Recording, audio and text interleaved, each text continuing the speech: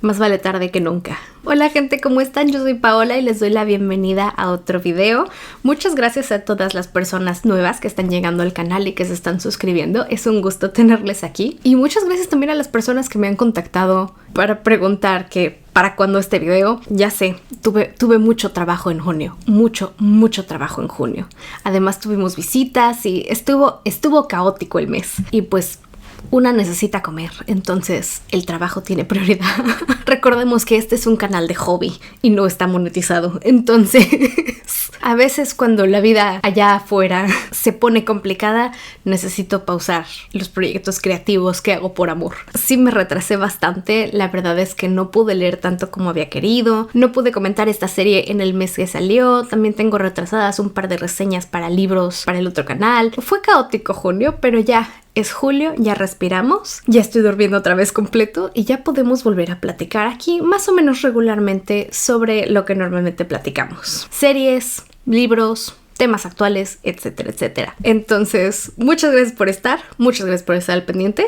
Y sin más tiempo que perder, hablemos de los Bridgerton, porque tengo suficientes comentarios. Así que como siempre, vayan por su bebida favorita, siéntense en un lugar cómodo y vamos a platicar.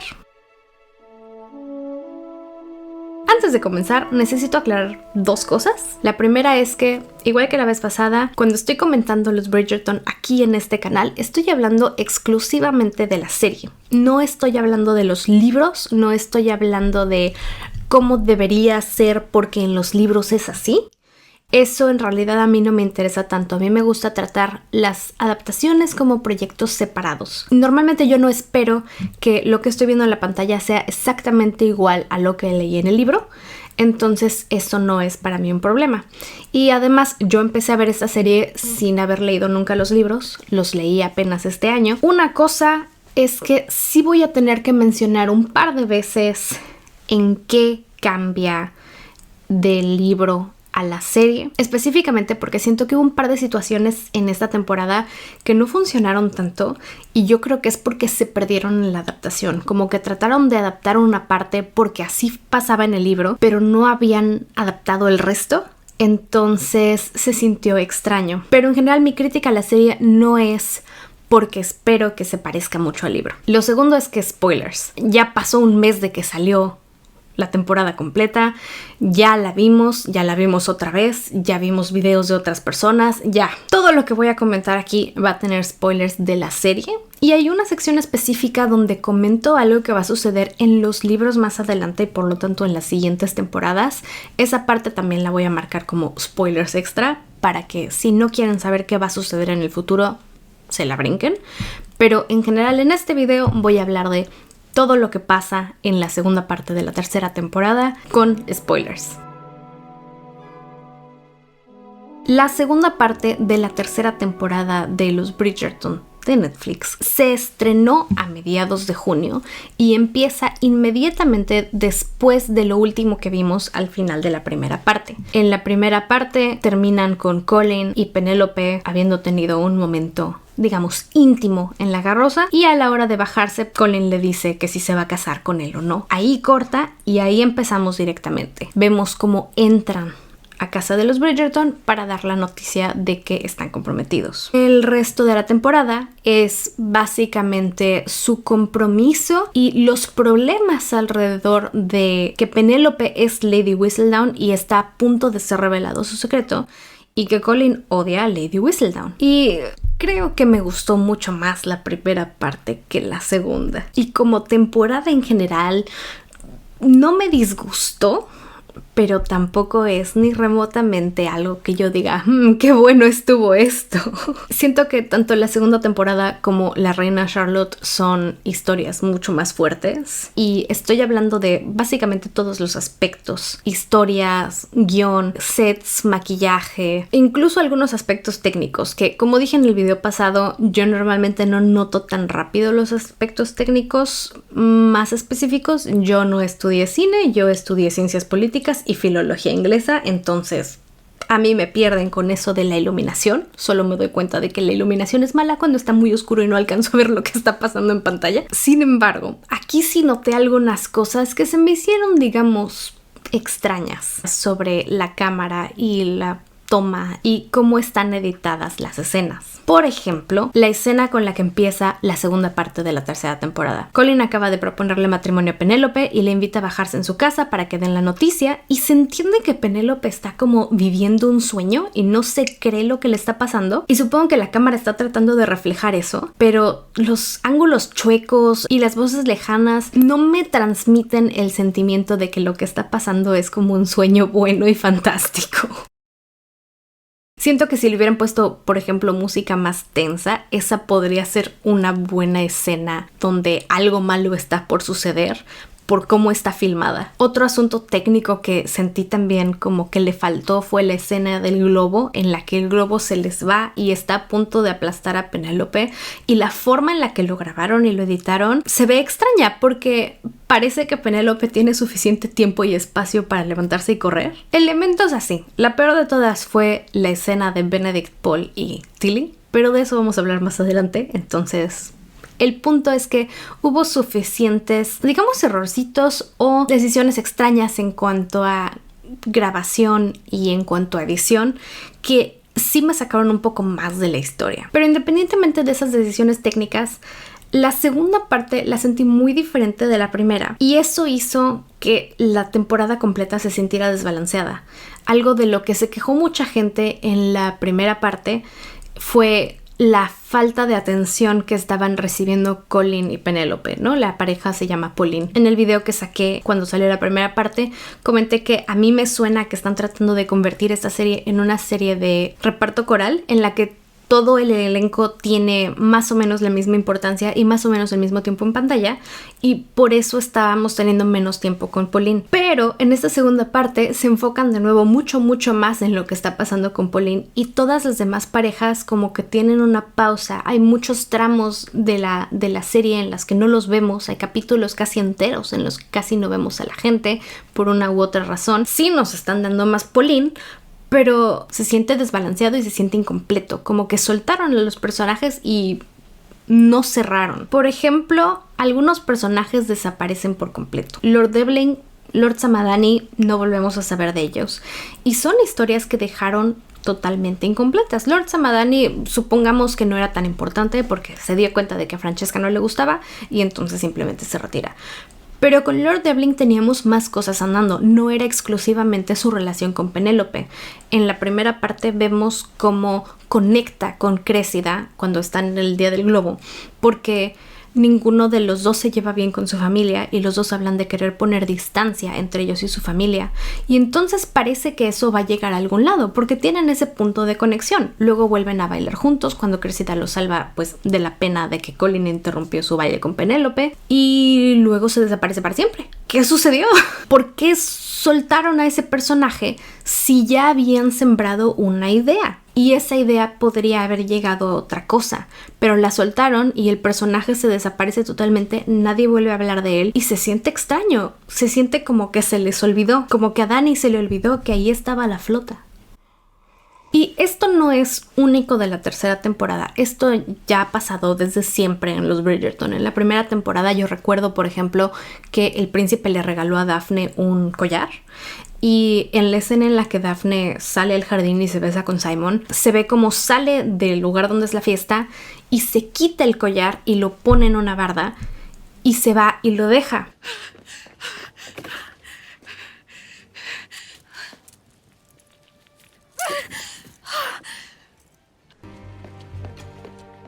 ¿Y qué tal los cambios en el maquillaje? Y entonces, una que está viendo la serie piensa que van a ir a algún lado con eso. Tal vez el príncipe va a encontrar el collar y entonces va a quedar expuesto su secreto de que se besó con Simon o alguna otra cosa, pero no. Entonces no es algo exclusivo de esta tercera temporada, pero sí es algo que sentí que empezó a pasar mucho más. Historias, temas e ideas que comenzaron en la primera parte son, si no ignoradas totalmente, al menos son enviadas al fondo, dejan de ser tan importantes por nada. La historia de John y Francesca, por ejemplo, se queda como en pausa un rato porque se quieren casar y Francesca quiere que Violet hable con la reina porque rechazó a Lord Samadani, que era amigo de la reina, y Violet le dice que no porque se quiere esperar, y entonces se pelean y no los volvemos a ver sino hasta mucho después, cuando en la primera parte estábamos viendo todo el tiempo que estaba pasando con Francesca. Y bueno, de Lord Samadani ni sus luces. Seguramente se fue en el mismo barco que Lord Devlin.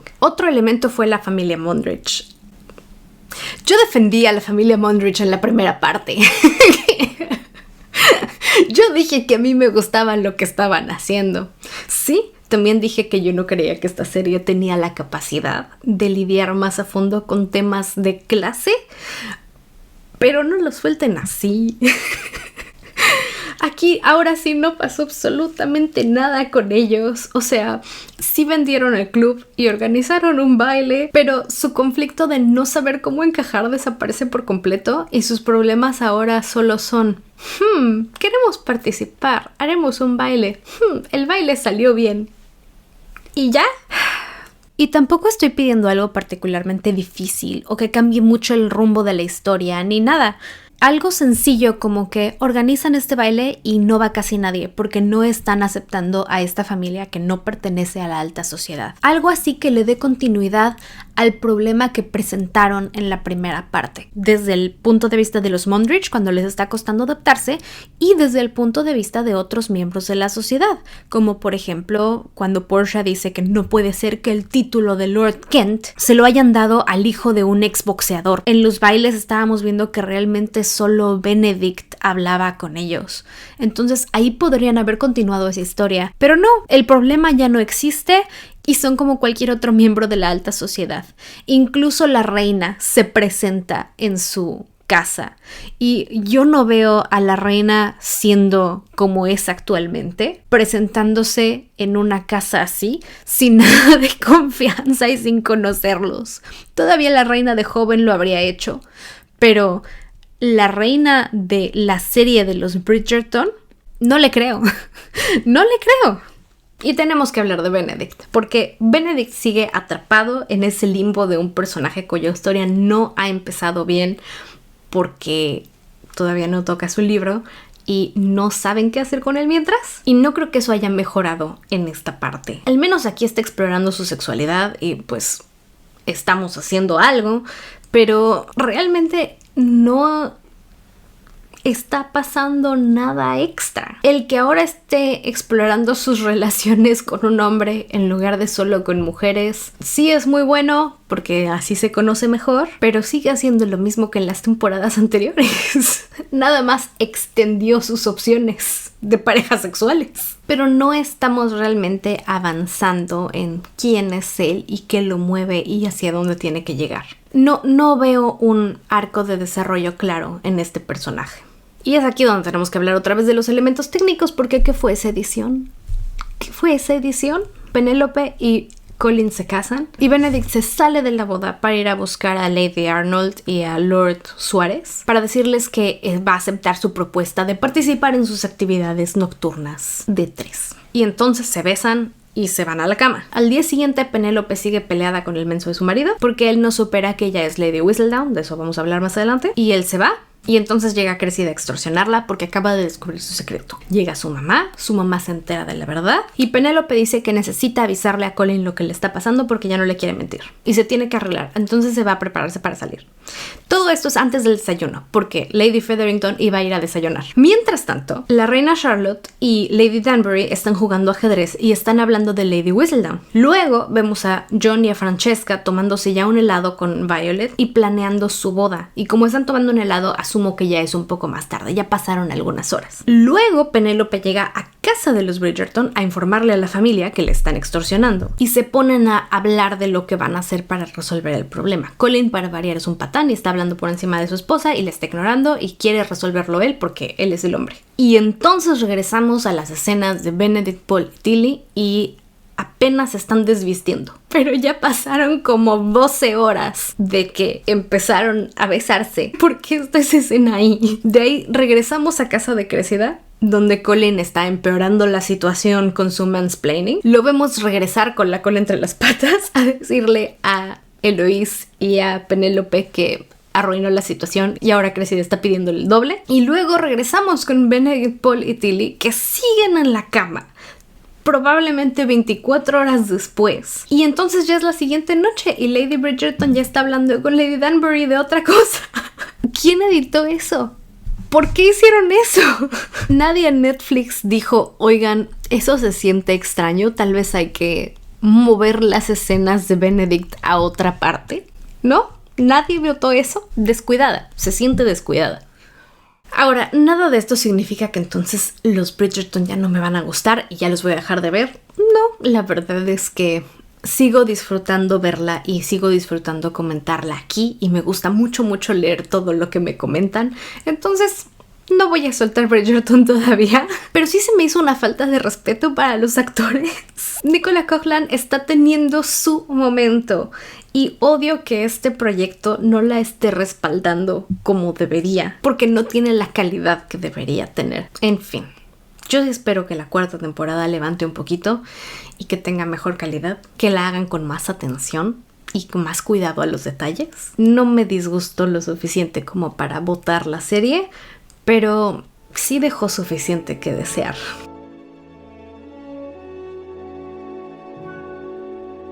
Hay que mantenerse hidratadas, chicas.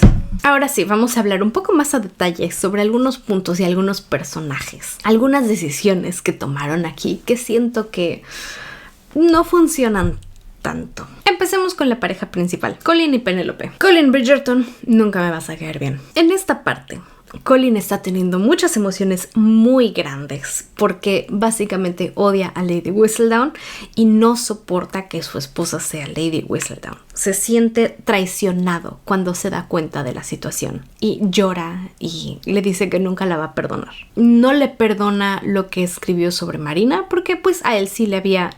Tal vez no estaba enamorado de Marina, pero sí tenía un crush fuerte con ella, digamos. No le perdona lo que escribió sobre Eloís la temporada pasada y Eloís incluso todavía no perdona completamente a Penélope y no le perdona lo que dijo de él al principio de esta temporada, que es que básicamente había cambiado de personalidad para llamar la atención pero que no estaba engañando a nadie. Y está chistoso que sigan tratando eso como un escándalo porque, o sea, sí, qué vergüenza, pero ¿dónde está la mentira? Y a nadie en la alta sociedad le importó en lo más mínimo porque Colin seguía siendo el joven soltero más atractivo de la temporada. Entonces... Y Colin está teniendo muchas emociones porque al mismo tiempo que odia a Lady Whistledown, ama a su esposa y le gusta mucho a su esposa y está constantemente horny por su esposa. Entonces termina siendo muy voluble. Primero la odia y le dice que no la va a perdonar nunca y le reclama y la trata mal, pero luego la empieza a besar y luego... otra vez se enoja y luego se casan y todo está perfecto durante la boda, pero se duerme en el sillón porque sigue enojado porque ella no quiere dejar de escribir y luego la quiere proteger y luego otra vez sigue sin hablarle. O sea, decídete. Además empieza a gritar todo el tiempo cuando se enoja con ella y es como... ¿Por qué le gritas a tu esposa? No le grites a tu esposa, déjala en paz. Pero en todos estos cambios de humor y cambios en su trato, sale a la luz que una de las razones por las cuales él está tan enojado es porque le tiene celos a Penélope porque ella ha hecho algo. Es una autora publicada y la gente disfruta lo que ella hace. Y sí me gusta que es Cressida la que se lo dice, o sea, cuando él va y trata de decirle todas las razones por las cuales Lady Whistledown es mala y Cressida, a mí me suena a que le tiene celos. Y yo dije, sí tiene celos. ¡Ja! Pero yo digo que esto es algo que salió un poco de la nada. Llegó de ningún lado. Bueno, o sea, no de ningún lado. Llegó específicamente de los libros. Esto es de lo que estaba hablando yo al principio cuando dije que hay algunos problemillas en la adaptación. Porque en el libro, sí, efectivamente, Colin le tiene celos a Penélope porque Penélope es una autora publicada. En el libro han pasado 10 años desde la primera historia, ¿no? Que fue la de Daphne y Simon. Aquí nada más han sido 3. Pero en el libro... son 10 años en los que Penélope ha escrito Lady Whistledown, pues regularmente y la siguen leyendo con mucho entusiasmo. Entonces es una, digamos, autora establecida.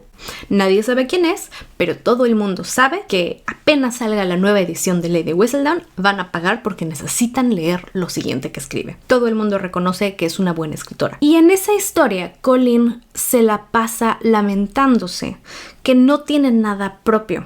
Está inseguro porque ya tiene 30 y tantos años y no ha hecho realmente nada con su vida. Él ve a su alrededor, ve a sus hermanos, al menos a sus hermanos grandes, y todos tienen algo propio. Anthony es vizconde, Benedict es un pintor, porque en los libros sí pinta, Daphne es duquesa, y él es encantador. Y ya, es un tipo simpático. Y este es un cambio que hicieron en la serie, porque en el libro Colin tiene más bien la personalidad que Benedict tiene en la serie. Es ese cuate simpático que se lleva bien con todos y que a todo mundo le cae bien. Y eso le causa mucha inseguridad, porque no quiere ser solo el hermano encantador y el hermano simpático. Entonces, cuando ve que Penélope tiene algo que ella ha hecho desde siempre, tiene un proyecto de vida, tiene un legado, le da muchos celos. Pero nada de esto sucede en la serie. Porque en la serie esa personalidad del hermano encantador la tiene Benedict. Entonces aquí en la serie él en ningún momento ha expresado las ganas de tener algo propio o la necesidad de tener algo propio. No ha expresado inseguridad porque no tiene nada que él haya hecho y que sea su legado. Ni siquiera ha expresado realmente un interés tan grande en escribir y en publicar. Él comienza a pensar en publicar sus diarios hasta que Penélope le dice que es muy bueno, pero nunca lo vemos particularmente interesado por la escritura o por la lectura, como vemos, por ejemplo, Eloís o a Penélope. Entonces, siento que este asunto de los celos, porque ella es una autora publicada, y esto es algo que él dice a ella, así como, todo el tiempo me dijiste que yo era un gran escritor cuando en realidad tú eras la que había estado escribiendo para un público. ¿De qué estás hablando? Una cosa no cancela la otra. Se siente extraño, se siente como que salió de ningún lado. El resto de los episodios se la ha pasado diciendo que odia a Lady Whistledown porque ella ha escrito cosas feas de su familia. Y esa es una buena motivación para odiar a Lady Whistledown. Los celos se sienten como algo extra. Sí, ya en el último capítulo como que lo arreglan un poco cuando él le está declarando su amor a Penélope, le está pidiendo perdón por haber sido un patán. Y ahí le explica que sí estaba celoso de que ella tiene una personalidad muy marcada y ella siempre ha sabido quién es. Entonces siento que eso arregló un poquito porque sí, efectivamente, lo hemos visto ser inseguro con su personalidad y tratar de cambiar su personalidad totalmente para encajar más en la alta sociedad. Pero de todas formas, todo ese elemento de los celos de Lady Whistledown lo sentí como muy repentino. Es mucho más fácil de entender si ya leyeron los libros, y yo creo que es un problema fuerte de los proyectos adaptados cuando necesitan que hayas leído o hayas visto el material original para entender lo que está pasando aquí. Eso sí, algo que disfruté bastante de todo este conflicto entre Colin y Penélope fue que Penélope aprende a defender su trabajo. Lo defiende ante su mamá, lo defiende ante Colin, y al final me gusta que es ella la que se para y dice, pues sí fui yo, sí cometí errores. En su defensa tiene 19 años en la serie y es ella quien acepta la responsabilidad de lo que está haciendo, pide disculpas y promete hacer un mejor trabajo. Aprecio que al final Colin se da cuenta de que básicamente estaba siendo un patán y estaba viéndolo todo desde su perspectiva privilegiada, y fueron varias personas las que le tuvieron que decir que cheque su privilegio porque él es hombre y él tiene mucho más movilidad y mucho más posibilidades que todas las mujeres. Y sí, lo acepta y se disculpa. Y hablando de Cressida, supongo que otro problema de adaptación fue el papel que jugó Cressida en esta temporada, porque en la primera mitad le dan mucho más profundidad y mucho más dimensión al personaje para que al final termine siendo la bully de siempre, como si no hubiéramos visto nada de lo que pasó al principio. Y siento que ese es otro ejemplo de las limitaciones de una adaptación, porque en la primera parte vimos por qué Cressida es como es. Sí, tiene mucho dinero y tiene muchos privilegios, pero vive en una familia que se entiende que es abusiva. El papá se entiende que es medio abusivo, es muy gritón y todo el tiempo las está amenazando, y la mamá aparte está convencida de que su hija es una estúpida. Esa escena en la que le dijo, mijita, tú tienes muchas cualidades, pero la inteligencia no es una de ellas. Pobrecita, no le digas eso. Ya está en el piso, no la patees. Pero en la primera parte vimos cómo ella estaba haciendo un esfuerzo genuino por ser mejor persona. La amistad con Eloise le estaba haciendo mucho bien. ¿Seguía siendo bully? Sí, claro. Pero estaba tratando de mejorar un poco, estaba controlando sus impulsos bullies horribles un poco más, y esa conexión que tiene con Lord Devlin me hizo pensar que iban a hacer algo un poco más con ella. Pero no, tiene que pasar lo que pasa en el libro, tiene que mentir sobre que ella es Lady Whistledown, y hasta eso siento que está justificado, porque aunque lo hace de la peor forma posible, lo está haciendo por desesperación, porque la van a casar con un señor de la edad de su papá o más viejo, y está frente a una vida que no quiere tener. Entonces se ve obligada, digamos, a mentir para tratar de obtener la recompensa de la reina. Pero todo esto lo hace de la peor forma posible. Lo está haciendo en mala onda. Está disfrutando demasiado extorsionar a Penélope y está disfrutando demasiado mentirle a todo el mundo. Y entonces cuando llega la tía a llevársela a Gales, como audiencia debemos estar felices por eso, porque eso es lo que se merecía por bully. Y pues, o sea, sí, era una bully y lo que sea, pero tú plantaste la semilla de algo que podría haber sido mejor. No entiendo para qué darle tanta dimensión si al final va a terminar siendo la misma bully de siempre, porque así tiene que ser. Ahora sí, hablemos de Jon y Francesca, porque lo sucedido con Jon y Francesca me pegó en mi corazoncito. Toda la temporada vimos que Jon hablaba el lenguaje de Francesca.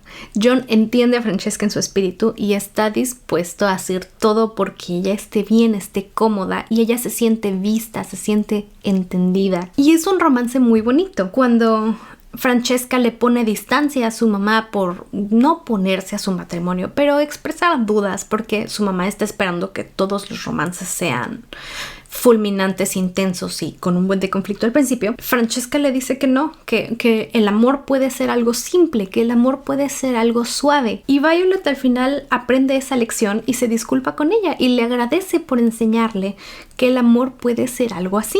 Aunque tampoco sé de dónde salió eso, porque en el cuarto episodio la vimos claramente decirle a Colin que ella y Lord Bridgerton fueron amigos mucho tiempo antes de enamorarse. Entonces toda esa explicación que le da a Francesca de que se sintió como un rayo y no podía ni hablar, no sé, ¿por qué les das contando historias diferentes a tus hijos?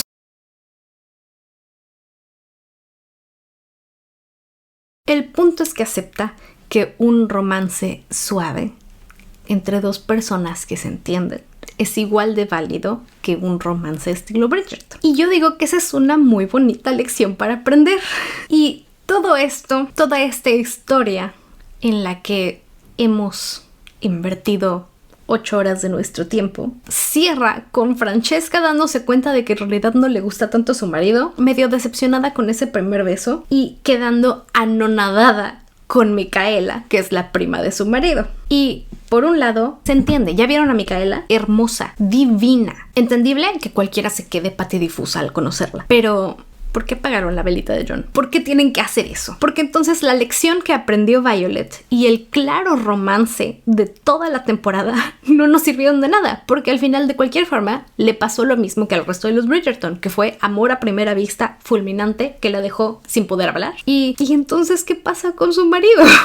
¿Qué pasa con ese amor bonito y suave y tranquilito? ¿Por qué tuvieron que apagar eso? Me hizo sentir como que entonces todo lo que vimos fue por nada. Ahora sí, spoilers para lo que va a pasar en la historia de Francesca. Si no quieren saber qué va a pasar con Francesca en el futuro, brínquense esta parte del video hasta el minuto que aparece aquí. En el libro de Colin y Penélope, que es el cuarto libro, cuentan que entre libro y libro, Francesca se casó con John Sterling, se fue a vivir a Escocia y John Sterling se murió. El libro de Francesca, que es el sexto, la historia es el romance entre Francesca y Michael Sterling, el primo de John, que heredó el título y que está enamorado también de Francesca. Y tengo entendido, no he leído todavía ese libro, todavía no llego a esa parte, tengo entendido que uno de los conflictos internos más grandes de ese libro es que tanto Francesca como Michael están enamorados el uno del otro, pero se sienten muy culpables, porque Francesca amaba muchísimo a John, y cuando John se muere, se murió el amor de su vida. Y por otro lado, Michael se siente muy culpable, porque está heredando básicamente todo lo que era de John, y se siente como un usurpador. Para la serie no veo por qué la necesidad de eclipsar a John para sembrar el romance de Francesca y Micaela. No veo por qué no podrían haberle dado a Francesca las dos experiencias. El romance suave, lento, tranquilo. Y ya después de algunos años, cuando John no esté, darle ese momento fulminante de que un día despertó y dijo: oh por Dios, tú eres el amor de mi vida. No veo cómo esas dos versiones de un romance entran en conflicto. También siento que eso hace extra triste el personaje de John, porque después de todo el esfuerzo a su esposa no le gusta tanto y al final se va a morir y es como, pobre tipo, o sea, como que John se merece algo mejor. Ok, les habla Paola desde la edición. Algo que no mencioné cuando hice este video, o cuando estaba grabando al menos, fue el cambio de género. Como en el libro es Michael Sterling y en la serie es Micaela Sterling. Yo sé que eso sí le molestó a algunas personas porque estaban esperando a Michael y estaban esperando a un actor hombre particularmente guapo. La realidad es que a mí no me importa. Si no lo mencioné es porque realmente no tengo nada que decir al respecto. No se me hace que el cambio de género afecte realmente la historia. Entonces sí, nada más para dejar eso claro. Pero bueno, en general no estoy muy de acuerdo con esa decisión de apagar la velita de John para comenzar la historia de amor con Micaela. Ambas pueden funcionar perfectamente bien. Amamos de formas diferentes. Siento que no estamos aprendiendo las lecciones correctas esta temporada. Pero hablando de lecciones no aprendidas, lamento informarles que las cosas con Eloís no mejoraron. Técnicamente Eloís sí aprendió una lección. Aprendió que necesita salir de su burbuja si quiere cambiar el mundo. Pero realmente no está saliendo de su burbuja. Está dejando Mayfair y la casa de sus papás para irse a vivir a un castillo en Escocia con su hermana y su cuñado. No veo cómo eso va a hacer que resuelva su problema fundamental, que es que no ve más allá de su privilegio, y especialmente comparado con las otras mujeres de la alta sociedad. No veo cómo saliéndote de una mansión y mudándote a un castillo vas a realmente aprender a cambiar el mundo. Ella no ha demostrado no tener empatía con mujeres que no comparten su privilegio, que es el respaldo de su familia y el dinero de su familia, porque lo que ella necesite, Anthony pone la lana. Anthony no va a dejar que a ella le pase absolutamente nada y ella siempre va a tener el apoyo y el amor de sus 8 hermanos y las respectivas parejas de sus hermanos. Ella demostró esta temporada que no hay forma en la que ella conecte con mujeres que no tienen ese privilegio y esa capacidad, con mujeres que no les queda de otra más que casarse con un hombre rico, porque si no, se pueden quedar en la calle. Cuando su amiga Cressida está teniendo este problema, la suelta, la deja.